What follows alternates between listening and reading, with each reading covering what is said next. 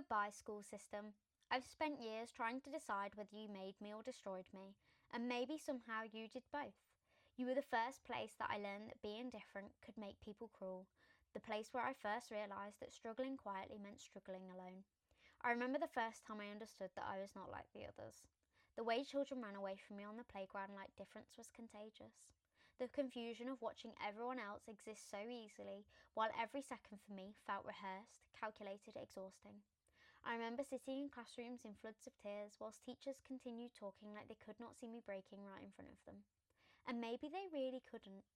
I remember corridors that sounded like explosions, every classroom bleeding into another, chairs scraping, shoes squeaking, people shouting, all of it crashing into my head at once while I tried to focus on the one worksheet that already made no sense. I remember being told I was lazy, not struggling, not overwhelmed, not autistic, just lazy. I remember punishments for things I could not control. I remember adults trying to take away the only way I could communicate when I was distressed because they could not understand. As if silence was a rebellion instead of fear, as if selective mutism was something I had chosen. I remember the embarrassment of fighting to not go into school each morning, standing in reception, crying, shouting, begging to go home whilst everyone watched. I remember waking up with panic already inside me, going to sleep afraid of tomorrow, living every single day with fear sitting inside my bones for years. 7 years, at the least. I remember lonely lunchtimes, locked in toilet cubicles or empty rooms, sobbing down the phone to my mum, begging for her to come and get me, while children laughed outside the door and tried to force them open. I remember migraines that lasted months, burnout so severe that my body finally gave up speaking for me, because no one listened when my pain was quiet. Only when it became loud, only when it became inconvenient, only when I stood in corridors crying and shouting because I had run out of ways to say I can't do this anymore. And then a member of staff told me that I was embarrassing myself. I remember the comments staff and students made about disabilities right in front of me, as though I was too strange to notice or too broken to understand. I remember the meetings, the fight, the exhaustion on my mum's face from begging for support that should never have been hard to access. I remember support arriving far too late, like handing someone a life jacket after they've already drowned. And what hurts the most is this: I was asking for help. At my loudest, at my most desperate, I was still ignored, and that truth will stay with me forever.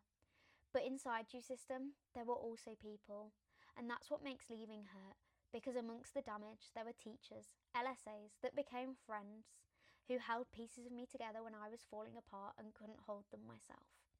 The teachers who spoke gently to me so I did not feel invisible. The support staff who sat with me through meltdowns instead of punishing me for them. The friends who accepted conversations in whatever form I could give them. The people who celebrated my achievements because they understood how much surviving alone had taken from me. People who made me feel human again. And now I have to leave them too.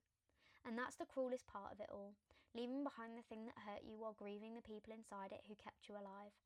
Because despite everything, school became my structure, my routine, the thing that built my entire life around it, even when it was destroying me.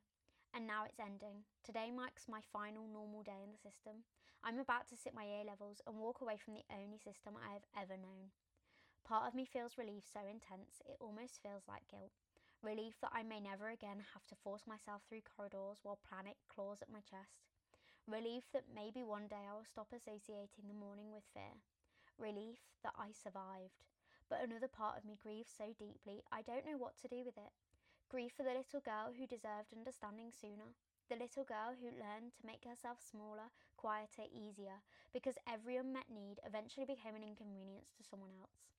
I grieve for every child still trapped inside the system that only notices suffering once it becomes impossible to ignore.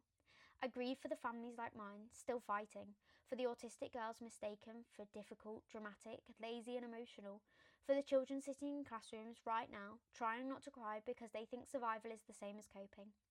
Grief for surviving when so many others didn't, and I grieve because I'm scared because this pain has been my normal for so long that I no longer know what life looks like without it. Scared that the real world will feel the exact same.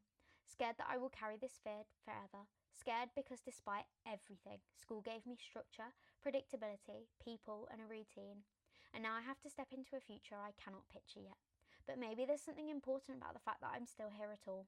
After all the panic, All the exhaustion, all of the mornings I thought I could not survive, all of the times I felt invisible. I am still here, still speaking, still trying. So goodbye, system. I will not miss the pain that you caused me, but I will miss the people who helped me survive it.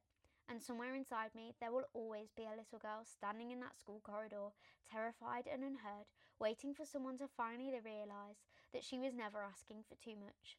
She was only asking to be safe.